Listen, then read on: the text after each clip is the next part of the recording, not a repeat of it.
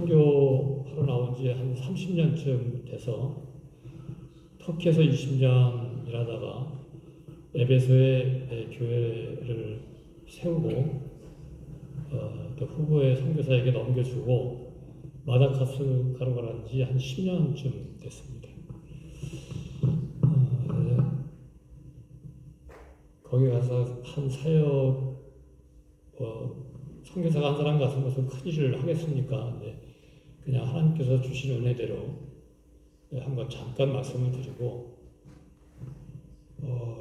이제 마다가스카르 가서 처음으로 이제 해외 교포 한인교회를 맡을 사람이 없다고 그래서 제가 뭐 그냥 설교만 하겠다고 그랬는데 그것이 이제 또 8년이 돼서 나오기 전에 사임을 하고 한 10년 좀 쉬어야 앞으로 한 2, 3년 더 남아있는데 정년까지 그래서 남은 시간은 좀 더 건강하게 영적으로 육적으로 그리고 현지인들을 위해서 일을 하다가 임무를 마치는 것이 마땅하겠다 싶어서 이제 한인교회 사임하고 이제 이렇게 나오는 길입니다. 한인교회를 하면서 많은 한인들을 이제 만나보면서 그들을 보면서 이제 제 모습을 많이 봤죠. 나에게 필요했던 것은 무엇이었을까? 나는 무엇이 부족했었던가? 교회 목사, 선교사라고 했지만 지금도 뭐 그러고 있고 나는 하나님에 대해서 과연 얼마나 정확하게 알고 있었을까? 라는 생각을 뭐 여러 번 했어요. 모르지 않죠. 다 알죠. 근데 그것이 정말로 얼마나 절절한가라고 하는 그런 생각이었었죠. 그런 말씀을 한번 함께 나눠보려고 합니다. 오늘 본문은 누가복음 11장 말씀인데요. 성격이 좀 달라서 두 장으로 나눴습니다. 제가 읽도록 하겠습니다. 함께 읽을까요? 시작. 예수께서 한 곳에서 기도하시고 마치심에 제자 중 하나가 여짜오되 주여 요한이 자기 제자들에게 기도를 가르치신 것과 같이 우리에게 가르쳐 주옵소서. 예수께서 이르시되 너희는 기도할 때 이렇게 기도하라. 아버지여 이름이 거룩히 여김을 받으시오며 나라가 임하옵시며 우리에게 날마다 일용할 양식을 주시옵고 우리가 우리에게 죄 지은 모든 사람을 용서하오니 우리 죄도 사하여 주시옵고 우리를 시험에 들게 하지 말게 하옵소서 하라. 이런 말씀인데 그냥 읽으면 그냥 제자들이 주님께 뭔가를 요구를 했나 보다 하고 하는데 조금 더 생각해 보면 굉장히 참 그 신비로운 요청이고 질문이죠. 그래서 이 말씀을 보면서 하나님이 원하시는 선교는 어떤 선교일까? 선교뿐이겠습니까? 하나님 원하시는 우리들의 하나님 자녀들의 삶은 어떤 삶일까? 라고 하는 말도 되겠죠. 그래서 하나님이 우리를 부르셨고 우리를 창조하셨다고 했고 우리를 또 부르셔서 자녀가 되게 해주시고 또 내보내서 또 일꾼이 되게 하셨는데 오늘 또 여기 와서 또 하나님의 섭리가 참 너무 감격스러운 게 어딜 가나 하나님의 일꾼들이 있어요. 이 영국의 코벤트리라고 하는 도시가 몇 명이 살고 있고 또 한인이 얼마나 되는지 모르겠는데 여기도 하나님의 일꾼들이 있어서 찬양하는 사람, 교회를 인도하는 사람 너무너무 감격스러운 거예요. 하나님이 원하시는 일들이죠. 그게 준비된 사람들이 있다고 하는 것이 너무너무 감사한데 그 하나님이 우리를 부르셨는데 어떤 하나님이신가 하는 거예요. 하나님을 표현할 수는 뭐 다양한 방법이 있을 겁니다. 사람이 100사람이면 100가지 하나님의 모습을 말할 수도 있을 것인데 성경에서 그러니까 다른 곳에서는 볼 수 없는 하나님의 모습. 뭐 신이라고 하는 것은 뭐 대부분 다들 그렇게 말을 하죠. 우리 신은 전지전능하셔. 뭐 못하시는 게 없으셔. 다 이야기해요. 그것이 얼마나 진짜인지 가짜인지 뭐 그건 뭐 이야기할 것도 없고 자기 믿음들이니까. 그런데 성경에서만 말하는 하나님의 모습이 있어요. 고아의 아버지고 과부의 재판장이다라고 하는 이 말씀입니다. 이걸 좀 잠깐 보면 우리를 부르신 하나님이 어떤 하나님이냐 하면 4절은 그를 찬양하라고 합니다. 하나님께 노래하며 그의 이름을 찬양하라. 하늘을 타고 광야에 행하시던 이를 위하여 대로를 수축하라. 그의 이름은 여호와시니 그의 앞에서 뛰놀지어다. 뭐 그냥 찬양하라고 하는데 왜 찬양하라고 하는 거예요? 왜? 5절에 나오는데 그의 거룩한 처소에 계신 하나님은 고아의 아버지시며 과부의 재판장이다. 세상에 어떤 고아의 아버지와 과부의 재판장을 이렇게 찬양하라고 외칩니까? 그냥 고아를 사랑하는 어떤 사람이 아니고 과부의 편을 들어주는 어떤 사람이 아니라 온 천지를 지으신 하나님이 이렇게 하신다고 하는 거예요. 놀랍잖아요. 어떤 경전을 봐도 그들이 섬기는 신이 고아의 아버지와 과부의 재판장이라고 하는 말을 저는 아직까지 본 적이 없습니다. 다시 돌아가 보면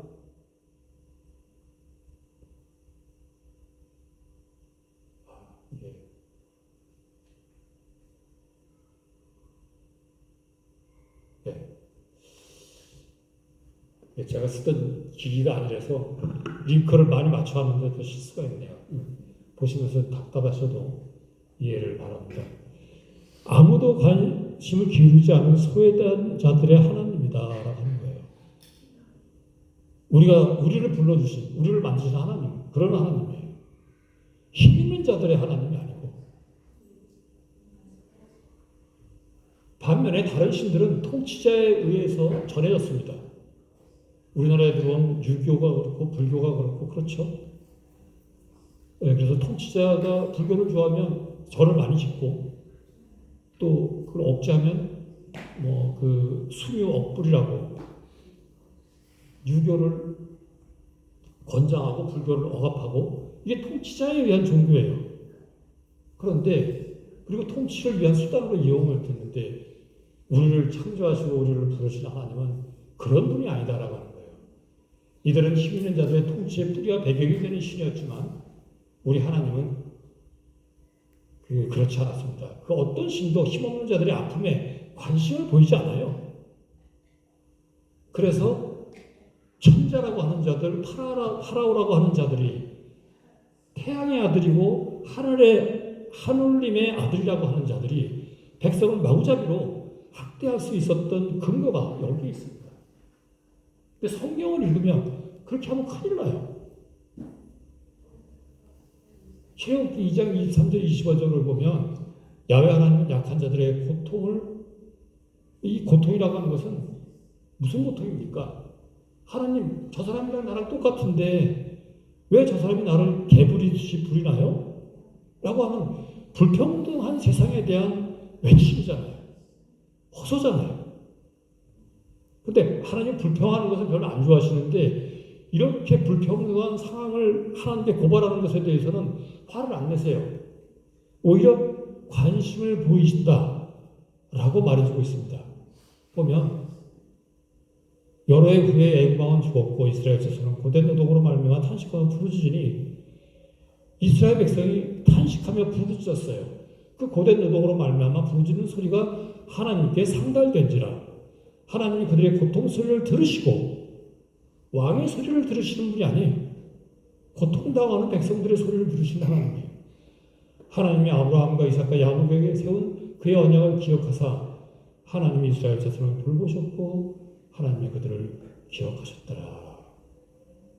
이게 우리를 불러주신, 우리를 창조하시고 지금도 불러서 주셔서 어딜 가나 준비된 일꾼들로 하여금 하나님을 찬양하게 하시고 또 하나님 원하시는 세상을 위해서 공평한 세상을 위해서 그 누구도 업신여김 당하지 아니하고 억울한 눈물을 흘리지 않는 세상을 만들기 위해서 애쓰시는 그 하나님이 바로 이런 하나님이다라고.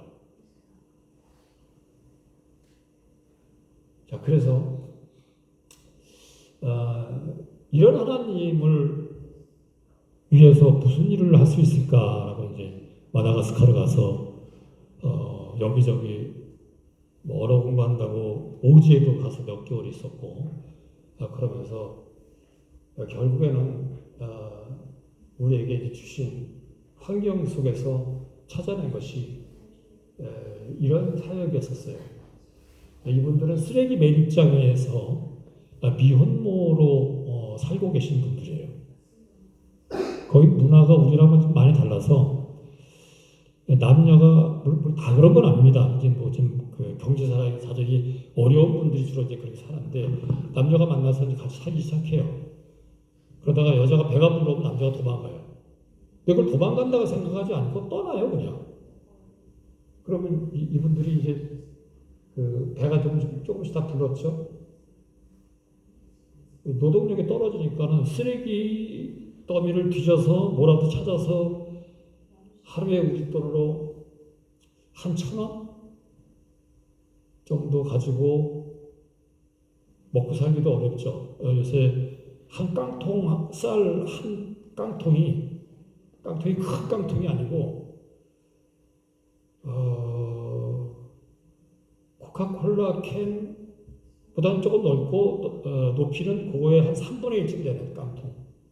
그 하나가 이제 우리 돈은 300원쯤 되고 그 나라 화폐로 이제 1,000알이쯤 되는데 3,000알이를 벌어야 쌀 좀 사고 수술 좀 사고 기름을 좀 사고 소금을 좀 사고 그렇게 해서 온 가족이 한 하루를 지낼 수 있죠. 그래서 그 현지 어렵게 사시는 분들에게 물어보면 한 사람이 하루에 그 쌀 한 깡통을 못 먹는데요. 그렇게 사시는 분들인데 그나마도 이제 그 배가 불러오고 아기까지 낳게 되면 일을 못 하는 거죠. 그래서 그 쓰레기 마을 안에 교회가 있어서 교회에 모아서 저희가 처음에 매주 밥을 그러니까 임신부부터 2세까지 아이하고 같이 이제 급식 도움을 좀 주다가 코로나 때 모이지 못하니까 생필품을 나누기 시작을 했어요. 그런데 그냥 밥을 해주는 것이 들어가는 노력에 비해서 이들에게 그렇게 한 끼에 그치니까 그래서 그때부터는 좀 돈이 좀 더 들어도 쌀 뭐 그 기름, 소금 뭐 이런 생필품들을 비누 같은 것들도 같이 나누고 있습니다. 이게 이제 쓰레기 마을 전경이에요. 저희는 여기를 쓰레기 마을이라고 하지 않고 행복마을이라고 저희가 이제 이름을 바꿨어요. 행복이 좀 이 안에서 살아나면 좋겠다는 마음으로 넓게 본 것이고 이 아이들은 뭐 시간이 없어서 사진을 다 넣지는 못했는데 낮에 처음에 이 마을에 갔더니 아이들이 그 학교에 갈 시간인데 요만한 아이들이 방방을 한 거예요. 알아봤더니 학교를 아무도 안 가요. 그 마을에서. 그래서 학교를 보내기 시작을 했어요.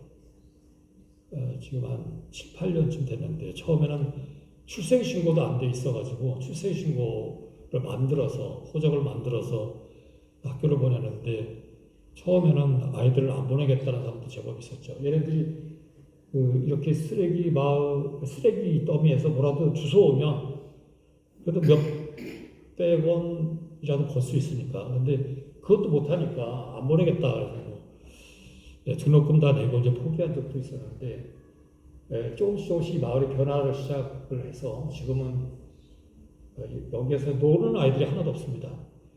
다 학교에 가서 공부하고 있고 금년에는 한 150명 정도 장학금 지급을 해서 공부를 했고 내년도에는 지금 한 220명 정도 국민학교, 중학교, 고등학교까지 아직 대학생은 나오지 않았어요. 곧 대학생이 나올 것 같은데 그래서 많이 바뀌었어요. 지금은 저희가 나오면서 그 학교를 가기 위해서는 두 가지가 준비가 돼야 되는데 그 교복 같은 건 제외하고 그건 저희가 교본 지원을 하겠다고 하는데 학비와 이제 학용품 값을 다 내야 돼요. 학용품을 다 준비를 해서 학교에 갖다 내야 학교에서 와서 공부를 하게 해줘요. 시험을 보려도 자기가 A4 용지를 낸 것 가지고 시험을 봅니다. 나라에서 지원이 전혀 없으니까. 그래서 그 작년에는 학용품 값이 학비보다 더 많이 들어요. 작년에는 이 금년이죠. 당신들이 학비를 내면 우리가 학용품을 내주겠다. 그랬더니 그렇게 해서 한 150명 정도 공부를 했고, 그럼 내년도 9월 방학이 되면 11월부터 이제 공부가 시작이 되는데,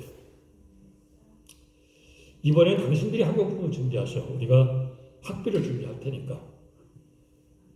그랬더니 그렇게 하겠다고 해서 학용품 목돈이 들어가는데 한꺼번에 마련할 수 없으니까 조금씩 이제 저희한테 가서 풋돈을 가져와서 저축을 하면 모으고 있습니다. 저희가 모자라면 좀 보태야 되겠죠. 근데 아무튼 그렇게 해서 이 아이들이 지금은 낮에 여기서 놀지 않고 학교를 다니고 있습니다. 이 아기들이죠. 이 아이들 보면 너무너무 미안한 생각이 들어요. 저도 은별이 할아버지입니다. 제가 얼마나 이뻐요. 얘네들은 태어난 게 죄입니다. 아무 죄 지은 게 없어요. 얘네들은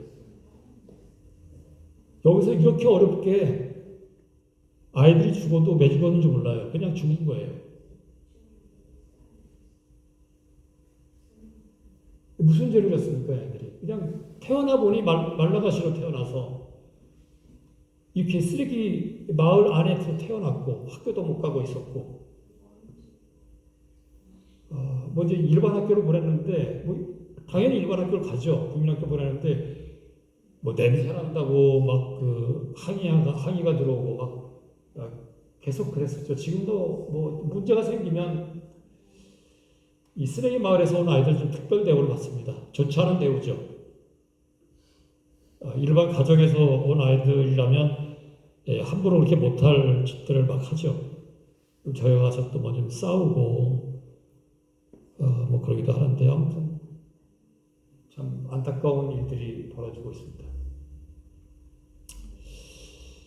자, 그래서 우리가 해야 하는 일이 뭐냐? 저희가 여기에서 미혼모를 좀 도와주고 아이들 조금 학교에 보내준다고 해서 전체 마다가스카르에 비하면 눈에 보이지도 않는 거예요. 그렇다고 저희가 다 할 수도 없고, 그러나 대통령도 못하는 건지 안 하는 건지 몰라도 못하는 일인데 저희가 무슨 수로 그걸 다 하겠습니까? 다만 우리가 할 수 있는 일을 하는 것뿐인데, 그것 말고 보다 근본적인 일은 무엇이냐? 우리가 할 수 있는, 또 해야 하는 일은 기도하는 일이다라고 하는 거예요. 오늘 본문도 제자들이 예수님께 무엇을 가르쳐 주십시오 하는 말이 여러 가지가 있었겠죠. 그런데 성경을 나중에 기록하다가 제자들이 예수님께 가르쳐 달라고 하는 것들이 많았었는데 그 중에서 제일 중요한 게 이거 같아 라고 해서 기록한 것 같아요. 기도를 가르쳐 달라고 그랬단 말이죠. 그 기도에 대해서 좀 이따 이야기를 하고, 자, 기도가 뭔지 우선 단편적으로 좀 정의를 해보면, 기도가 무엇이냐라고 하는 말의 그 질문에 대해서도 각양각색의 대답이 나올 수 있습니다. 그런데 이렇게 말할 수 있을 것 같아요. 기도는 자신의 과거, 현재, 그리고 미래의 삶이 하나님의 것임을 인정하고 보고드리는 행위다. 이 말은 무엇을 조금 다음으로 밀어놓는 것인가 하면, 기도는 뭔가 하나님께 요청해서 받아내는 것이다 라고 하는 것에 대해서 그것이 아니다가 아니에요. 그것 좀 뒤로 미루자는 거예요. 받아내는 게 아니에요. 받아내는 거는 다른 신을 섬기는 사람들도 많이 해요. 푸닥거리를 하고 구슬하면 그들도 받아낼 수 있다고 믿어요. 받아내는지 안 받아내는지 모르지만 성경에도 받아내라고 그런 말이 있어요. 그런데 그것이 목적이냐, 이게 기도의 목적이, 근본적인 목적이. 전 그것보다는 이것이 앞서야 되지 않겠나 생각을 합니다. 어쨌든 뭐 의견이 다른 상관이 없어요. 괜찮아요. 틀린 것은 아니니까. 그것도 하나님께 요청해서 받아내는 것도 기도의 한 그 얼굴이죠. 그 무엇을 위해서 어떻게 기도해야 하나라고 하는 것에 대해서 생각을 해보면 기도가 근본적인 의미가 무엇이냐라고 하는 것에 대해서 조금 더 가까이 접근할 수 있습니다. 마태복음 18장에 보면 여럿이 합심해서 기도하면 무엇이든지 들어주신다라고 말하는 것처럼 보이는 말씀이 있어요. 자, 어떻게 기도하냐? 진실로 너희에게 이르노니 무엇이든지 너희가 땅에서 내면 하늘에서 맺을 것이요 무엇이든지 땅에서 풀면 하늘에서도 풀리리라. 이건 뭐 읽기에 따라서 보기에 따라서 내가 누구를 용서하면 또는 잘못되라고 하면 잘 될 수도 있고 못 될 수도 있고 뭐 그런 말씀처럼도 들리고 뭐 다양한 해석이 가능할 수 있죠. 근데 이어지는 말씀을 보면 진실로 다시 너희에게 이르노니 너희 중에 두 사람이 땅에서 합심하여 무엇인지 구하면 하늘에 계신 내 아버지께서 그들을 위하여 이루게 하시리라. 두 사람이 합심해서 기도하면 무엇이든지 구하면 하늘에 계신 아버지께서 그것을 이루게 해주시겠다는 거예요. 두 사람이 합심해서 뭘 이뤄보신 경험이 있으신가요? 숫자가 적으면 한 20명 정도. 이 탁자를 가운데 놓고 우리가 삥 둘러가지고 합심해서 막 기도하면서 다이아몬드로 바꿔달라고 기도하면 될까요? 된다고 그랬잖아요. 두 사람도 되는데 20명 모여서 하면 돼야죠. 근데 안 돼요. 그러면 이것은 다른 뜻이라고 이해를 해야 돼요. 성경이 틀린 것이 아니고 두세 사람이 내 이름으로 모인 곳에 나도 그들 중에 있느니라. 이게 어떻게 기도할까? 합심해서 기도하라는 거예요. 근데 이거를 다시 잘 보면 18장 15절부터 17절까지를 보면 다른 이야기가 나옵니다. 형제를 얻으려고 또는 살리려고 할 때 기도가 된다라는 뜻으로 이해를 해야만 하는 그런 말씀이 있어요. 자, 네 형제가 죄를 범하거든 가서 너와 그 사람과만 상대하여 권고하라. 말을 들으면 내가 네 형제를 얻은 것이요. 어떤 형제가 죄를 졌어요. 그런데 아무도 모르고 나만 봤어. 그러면 그 사람이 죄를 지은 건 본인이 알고 나만 알아요. 그걸 누구하고도 상의하지 말고 본인에게 가서 이야기를 해라. 너 그러면 안 돼. 라고 이야기를 하라는 거예요. 자, 그래서 만약에 내 말을 들으면 네가 형제를 얻은 것이다. 얻은 거예요. 살렸다는 말로 이해하는 것이 적합합니다. 그 형제를 살린 거다. 죄에 빠지면 죽습니다. 죄의 열매는 사망이니까. 그런데 죄에서 건져냈어요. 그러지 마라. 고맙다. 아무도 나한테 그런 말 해주는 사람이 없었는데 네가 그 말 해주니까 참 고맙구나. 내가 다시 나가마. 죄에서 멀어져서 살았으니까 형제를 얻었다. 형제를 살린 것이요. 말을 듣지 않거든 한두 사람을 데리고 가서 두세 증인의 입으로 말마다 확증하게 하라. 자, 내 말을 해주는데 그렇게 따르겠다고 해놓고선 또 안 따랐어요. 또다시 똑같은 죄를 졌어요. 그러면 방송하지 말고 동네방네 두세 사람만 데리고 가서 증인으로 세워서 다시 한번 권면하라고 하는 겁니다. 자, 이 본문은 우리 보통 사람들이 어떤 사람의 허물에 대해서 행하는 행위에 대한 아주 120%짜리 그거 잘못됐어. 일반적으로 거의 모든 사람들이 누가 여기서 잘못했다고 한다면 제일 그 사람 본인이 내가 잘못한 것을 다른 사람이 다 안다고 하는 것을 제일 먼저 알아요. 제일 나중에 알아요. 대부분의 경우 제일 마지막에 합니다. 너 아무한테도 이야기하지 마. 그 이 사람한테 내가 사실 봤는데 내가 혼자 다니기가 힘들어. 어쩌저쩌저. 그럼 그 사람이 가서 가만히 있으면 다행인데 또 아무한테도 얘기하면 안 돼. 그럼 다 얘기해. 다 알아. 그리고 본인만 몰라. 거꾸로 해요. 성경과 전혀 거꾸로 삽니다. 그건 좀 다른 이야기고. 자, 그래서 말을 안 들으면 어떡하라고요? 그래도 말을 듣지 않거든 교회에 말하고 교회에 말을 듣지 않거든 이방인과 세리같이 여겨라 라고 말합니다. 자, 우리가 이제 본문을 거꾸로 이제 잘라가지고 뒤에 부분도 받고 앞부분은 이게 앞부분인데 이걸 합쳐서 보면 15절부터 보면 이해가 돼요. 자, 15절이 먼저 그 사람하고만 이야기를 하고 말을 안 들으면 증인을 들여가서 얘기를 하고 그래도 안 들으면 교회에 얘기해라, 이야기해라 라고 말하는 거예요. 이방인과 세리와 같이 여기라고 하는 것은 누구를 심판해서 정죄하라고 하는 뜻이 아닙니다. 왜 아닌가 하면 뒤에 이야기가 나오잖아요. 이 18절부터 20절까지는 독립된 문단이 아니에요. 이 앞문단과 하나이고 앞에 있는 이 문장에 종속된 문장입니다. 누가 잘못하면 이렇게 과정을 거치는데 그것은 어떤 뜻인가 하면 내가 그것을 영적으로 말을 해주마 라고 이제 하면서 말씀하시는 거예요.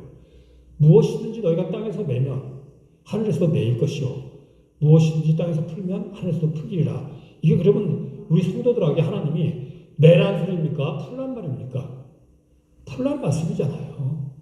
이 사람이 죄를 졌는데 이 사람은 그 죄로부터 풀어주기 위해서 애를 쓰라는 거예요.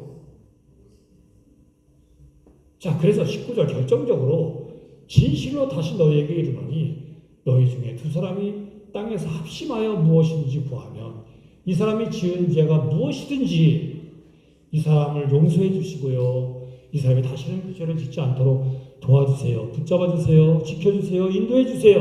라고 하면 아버지께서 이루어 주시겠다는 거예요. 이걸 삥 들어서서 합심해가지고 막 흔들면서 소리를 벅벅 지르면서 금덩이로 바꿔달라고 은덩이로 바꿔달라고 해라. 그러면 다 이루어주마 라는 말이 아니고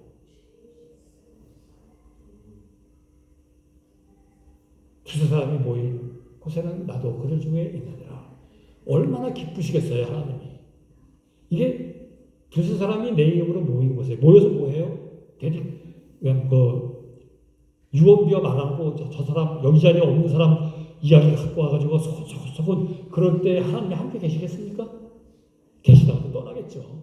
근데 두세 사람이 내 이름으로 모인 곳에 나도 그들 중에 있겠다라고 말씀하시는 이유는 이들이 모여서 뭘 해요? 이런 일을 하고 있는 거예요. 사람 하나 살리고자. 그것을 나는 기도로 봐주겠다는 겁니다. 합심 기도로 봐주겠다는 거예요. 자, 그런데 보통 사람들의 기도는 어떤 기도입니까? 물론 우리가 기도를 가지고 뭐 남을 못되게 하는 기도는 그런 기도는 안 하죠. 그런데 잘 생각해 보세요.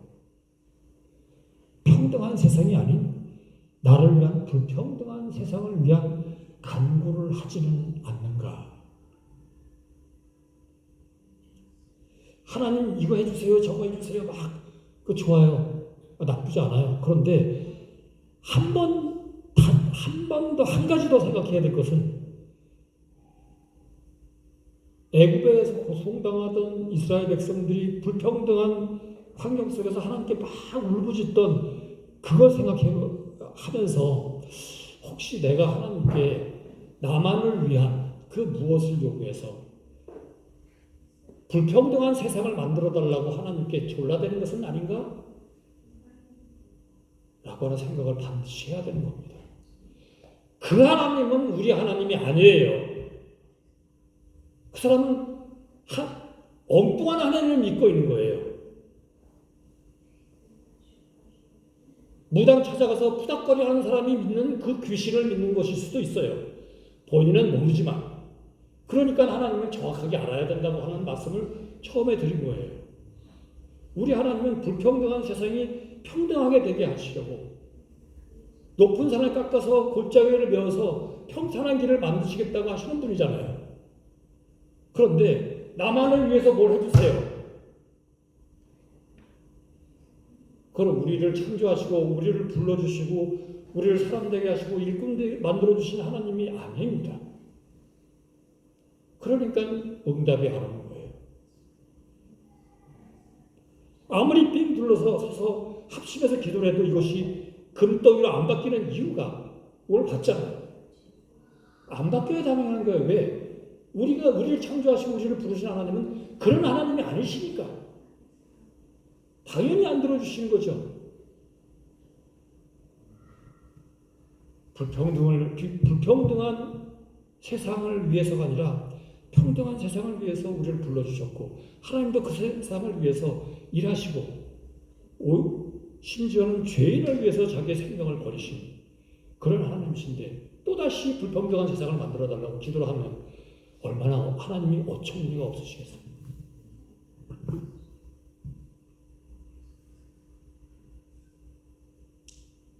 자, 이제 제자들이 오늘 본문을 가지고 잠깐 말씀 나누고 마칠까 합니다. 예수님께 기도를 가르쳐달라고 한 것이 이게 굉장히 특이한 요청이죠. 왜 그런가 하면 이 유대인들은 기도 속에서 태어나서 기도 속에서 살다가 기도 속에서 지금 배우고 지금 살고 있어요. 지금도 종종 중동 정쟁이 벌어지면 이스라엘 병사들이 총 옆에 세워놓고 막 기도하는 장면이 나오는데 미친 것처럼 하잖아요. 그것이 오늘 갑자기 생긴 풍습이 아니에요. 나라 없이 떠돌아다니면서도 그걸 놓치지 않고 사는 사람들이에요. 그런데 제자들이 예수님한테 기도를 가르쳐달래요. 기도를 몰라요, 이 사람들이. 기도를 안 해봤어요. 그런 게 아니죠. 왜 가르쳐달라고 그런가 하면 이런 기도 속에서 태어나서 기도 속에서 살아온 사람들이 예수님과 세상 사람들이 하는 기도를 보고 또 세례 요한이 제자들에게 가르친 기도를 이렇쿵저렇쿵 들어보니까 예수님의 기도와 지금까지 우리 조상들이 다른 사람들이 하던 기도와는 많이 다르더라. 그러니까 우리도 주님처럼 그런 기도를 해야 되지 않겠습니까? 또 하고 싶습니다. 가르쳐 주십시오. 라고 하는 거죠. 주님의 기도는 어떤 건가 보면, 자, 2절을 보면, 하나님의 이름과 나라를 위한 기도. 이제 마태복음에는 좀 길게 나오는데, 누가복음에는 좀 줄여서 나오죠. 그 다음에 3절에 보면 양식을 위한 기도가 나와요. 이 양식을 위한 기도가, 이 마태복음 6장을 보면, 먹을 거, 마실 거, 입을 거는 그 이방인들이나 구하는 것이니 구하지 말라고 하셨잖아요. 여기서 또 구하래요. 양식을 위한 기도를 하라 그래요.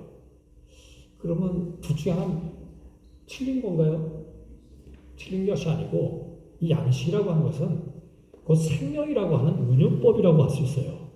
성경을 제대로 읽으려면 이 비유법을 좀 이해를 해야 되는데 이게 만약에 빵이라고 한다면 이것은 운용법이라고 하지 아니하고 이제 대유법이라고 했을 겁니다. 부분이 전체를 대표하는 것. 그러니까 그냥 이거 직설법으로 다 이해를 해버리면 성경이 이렇게 부딪히는 것이 많아요. 잠깐 보면 그러므로 염려에 이르기를 무엇을 먹을까 무엇을 마실까 무엇을 입을까 하지 말라 그러죠. 그것은 이방인들이 구하는 것이다. 너희 하나님 아버지께서 이 모든 것이 너에게 있어야 할 줄을 아시느니라. 그런즉 너희는 먼저 그의 나라와 그의 의를 구하라. 그리하면 이 모든 것을 너에게 더하시라. 이 모든 것이 뭐예요? 먹을 거, 마실 거, 입을 거. 그런데 여기 또 구하라고 하셨잖아요. 그러니까 이런 거 읽으면서 성경이 뭐 이래 그러면 안 되고 이해를 해야 돼요. 이해하려고 애써야 되죠. 이것은 생명이라고 하는 것을 대표하는 대유법이라고 할 수도 있고 또 운유한 법이라고 할 수도 있겠구나. 곧 이것은 생명을 위해서 기도하라고 하는 말씀이로구나 라고 하는 그런 이해를 해야 되는 거죠. 4절 마저 보면 죄의 용서와 죄와의 이별을 위한 기도를 또 이제 하라고 그러시죠. 본문을 잠깐 보면 아버지여 이름이 거룩히 여김을 받으시오며 나라가 임하시오며 우리에게 날마다 일용할 양식을 주시옵고. 밥 달라는 이야기예요. 천지를 창조하신 하나님 만나가지고 할 이야기가 그밖에 없어요. 밥 좀 줘요. 그 밥이 아니고 생명을 이야기하는 겁니다. 우리가 우리에게 죄 지은 사람을 용서하오니 왜? 생명을 위해서. 우리 죄도 사여 주시옵고 우리를 시험에 들게 하지 마시옵소서 하라. 이 전체가 주기도문 전체가 어떤 것은 뭐 밥을 달라고 그러는 것이고 어떤 것은 뭐 이것이고 그것이 아니고 전체가 얘들아 먹을 거 입을 거 마실 거는 다 하나님이 아셔. 너희를 만드셨는지 너희에게 필요한 것이 무엇인지 그걸 모르시겠니? 그냥 이방인들이 구하라고 놔두고 너희는 나의 나라와 의를 구하거라. 그것이 뭐예요? 생명이에요. 하나님이 창조하시면서 온갖 생명을 만드시면서 하나님의 공의가 생기고 하나님의 사랑이 생기고 모든 것이 하나님의 창조에 걸려 있는데 생명 때문에 걸려 있습니다. 예를 들어서 무생물만 잔뜩 만들어 졌어요. 정원처럼 돌 모양이 희한하고 무슨 공의가 필요합니까? 생명이 없는데 무슨 사람이 필요해요? 생명이 없는데 생명이 살아있으니까 사람이 너무너무 존귀하고 사랑스러워서 하나님께서 하나님의 지으심을 입었음에도 불구하고 나 하나님 안 믿어! 그래도 화를 안 내세요. 그래도 괜찮다는 것이 아니라 그러지 말라고 성경에 써서 주셨죠. 근데 그래도 하나님이 용납해 주셨어요.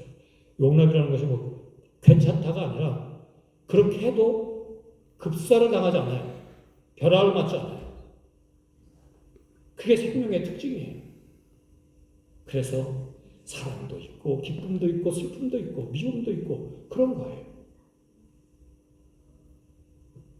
그 생명을 위한 기도를 하라고 하는 거예요. 생명을 위한 기도를. 밥 달라고 그러는 거예요. 밥 달라고 기도 좀 가르쳐 주세요. 그러니까 밥 달라고 그래. 라고 예수님께서 말씀하신 것이 아니라 생명을 위해서 기도하거라 라고 하는 말씀입니다. 그 생명을 위해서 기도하는데 누구에게? 아버지 이름으로. 정말 너무너무 거룩하신 그 아버지 이름으로. 심지어는 십자가의 사랑으로 우리에게 자기가 창조해 주신 것을 확증해 주셨고 내가 너를 얼마나 사랑하시는지 몸으로 생명으로 보여주셨고 그 이름에 의지해서 다른 걱정 아무것도 하지 말고 생명을 위해서 기도하고 생명을 위해서 살아라 이란 말입니다. 이게 주기도문의 요체예요. 밥 달라는 이야기가 아니라.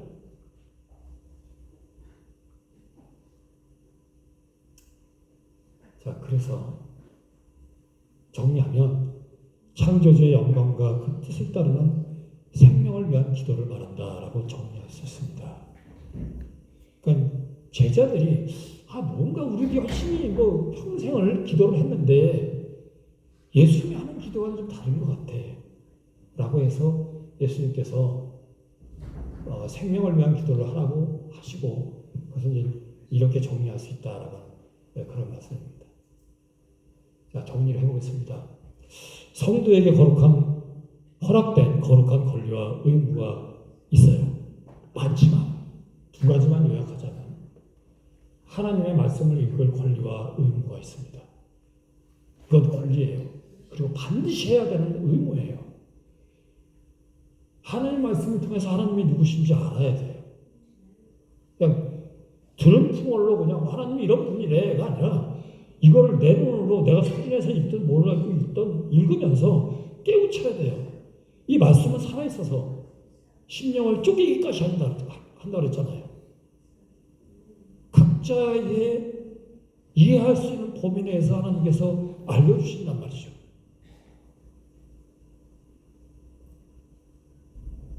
그리고 하나님께 기도를 올릴 수 있는 권리와 의무가 있습니다. 그냥 밥 달라는 기도가 아니에요. 하나님이 만드신 이 생명으로 가득 찬 이 세상을 위해서 기도해야 됩니다.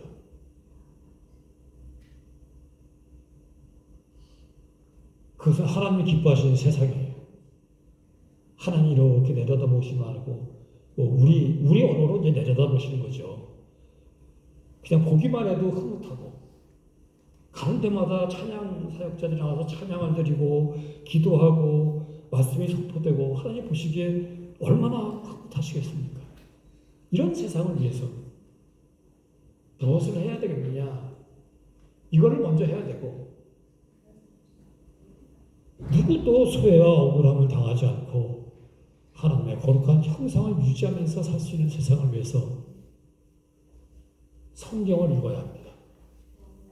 기도를 해야 합니다. 나 성경 몇 독했어? 몇 독했으면 천국 문에 들어갈 때 너 몇 독하고 왔냐고 물어볼 것 같아? 100독을 하면 뭐합니까? 하나님이 누구지 모른다고 한다면. 고아의 아버지와 과부의 재판장이고 나그네를 선대하라고 하시는 하나님인 줄 모른다고 한다면 만독을 한들 무슨 의미가 있어요?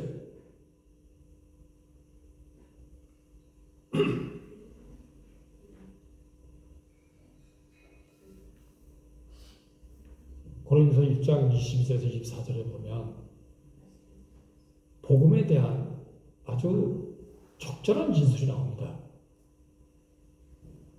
유대인은 표적을 구하고 헬라인은 지혜를 찾으나 우리는 십자가에 못 박힌 그리스도를 전하니 유대인에게는 거리끼는 것이요. 왜 거리껴요? 이게 신성모독을 하거든요. 예수 믿는 사람들은 하나님의 아들이라고 그런단 말이에요. 말도 안 되는 거예요. 이방인들은 미련한 것이라도 왜 미련해요? 이방인들 머리로서는 이방인들이 찾고 있는 신은 전부 어마어마한 신들입니다. 번개를 던져서 불을 내고 막 이런 신들이에요. 근데 우리가 믿는 신은 우리가 로드라고 주님이라고 부르는 그분은 어떤 분이에요? 십자가에서 십자가 처형을 당한 사람이에요. 말이 돼요? 그러니까 미련한 거죠. 쟤네들은 믿을 신이 없어가지고 십자가에 처형당한 저 사람들은 그걸 신이라고 하나 본데 참 어리석기 그지없도다 그러는 거죠. 그러나 오직 부르심을 받은 자들에게는 유대인이나 헬라인이나 그리스도는 하나님의 능력이요 하나님의 지혜니라. 그리스도가 누구십니까? 우리를 위해서 십자가에서 생명을 바치면서 자기의 사랑을 보여주신 분이에요. 그 십자가 사랑이 우리의 능력이에요. 번개를 만들어내는 그런 일들이 아니라 그것이 하나님의 지혜예요. 그 어떤 지혜도 정말로 예수님은 너무너무 위대하잖아요. 어떻게 그런 생각을 하셨을까? 물론 성자 하나님이 육신을 입고 오셨다고 하지만 그 응애응애 하실 때부터 나는 메시아로 왔어. 그러셨을 것 같지는 않은데 그때 몇 살 때부터 자기가 메시아로 왔다고 하는 것을 각성하기 시작하셨을까? 결정적으로 세례 요한에게 세례 받으실 때 결정하신 거거든요. 세례는 누가 받아요? 죄인들이 죄를 씻는 의식입니다. 근데 죄 없으신 예수님이 세례를 받으러 죄를 씻겠다고 내려오신 거예요. 세례 요한이 그러잖아요. 아니 내가 당신께 세례를 받아야 될 텐데 당신이 나에게 오시니까 그냥 하라 해줍니다. 그게 무슨 말이에요? 죄가 없으신데 본인을 죄인이라고 여기기 시작하셨다는 거예요. 왜? 우리를 위해서 죽으셔야 되니까.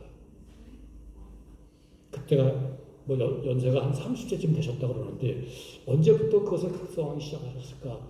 정말 궁금해요. 나중에 만나면 좀 물어보려고. 저보다 먼저 가시는 분 계시면 좀 물어봐 주세요. 연락 좀 주세요.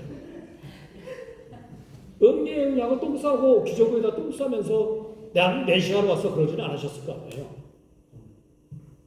자, 그런 기가 막힌 생각. 그래서 하나님이 아닌 것은 만들어냈어는 이야기 스토리입니다. 그것이 하나님의 지혜라고 말을 하고 있잖아요.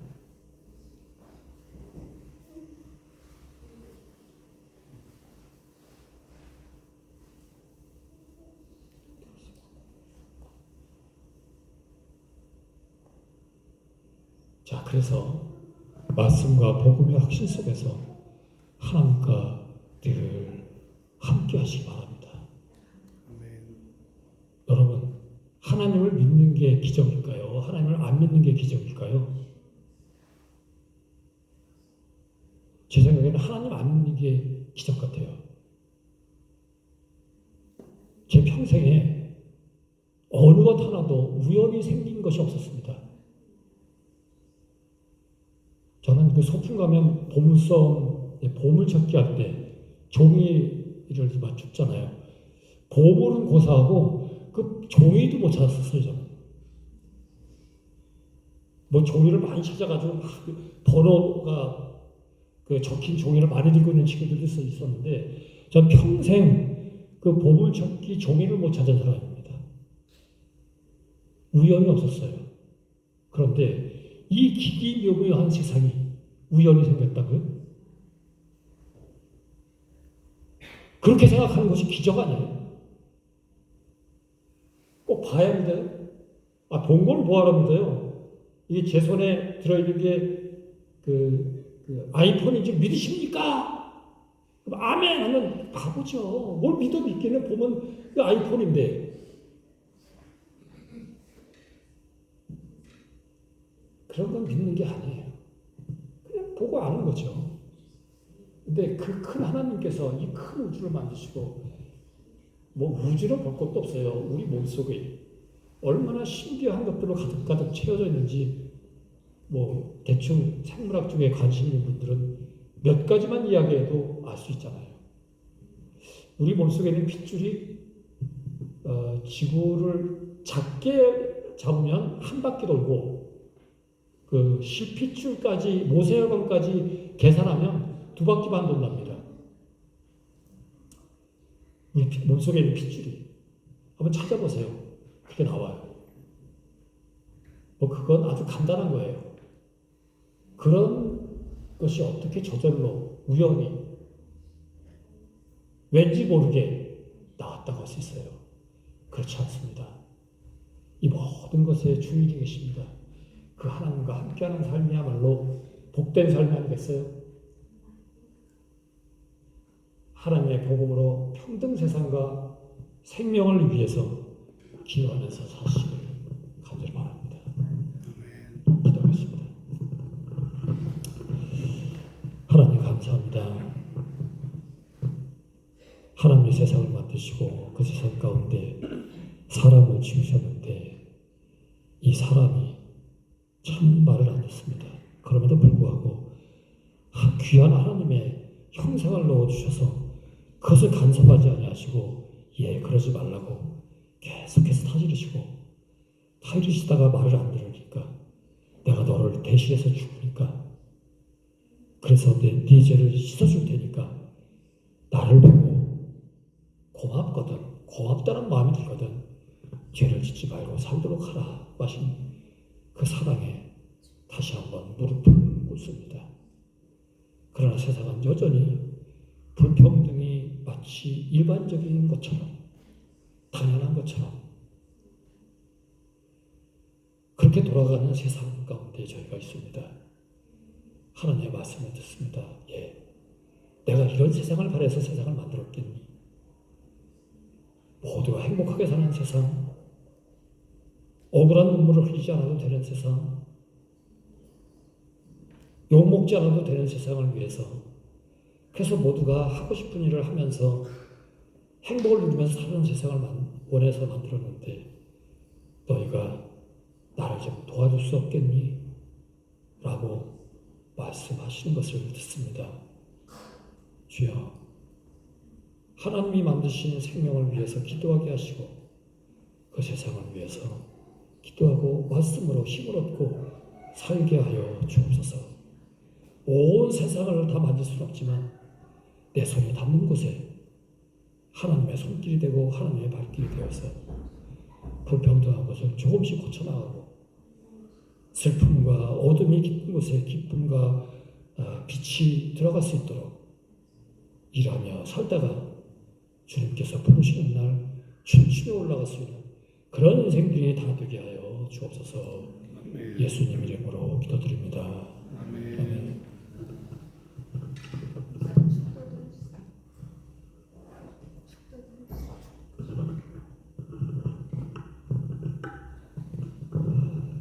하나님 아버지의 은혜와 주 예수 그리스도의 사랑이 그리고 성령의 교통하시고 교제하시니 이제부터 영원토록 함께 하시길 간절히 축원하옵나이다.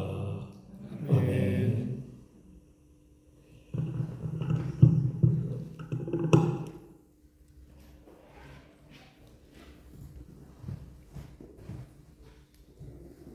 감사합니다. 목사님께 감사합니다. 박수 한번 외쳐주시면.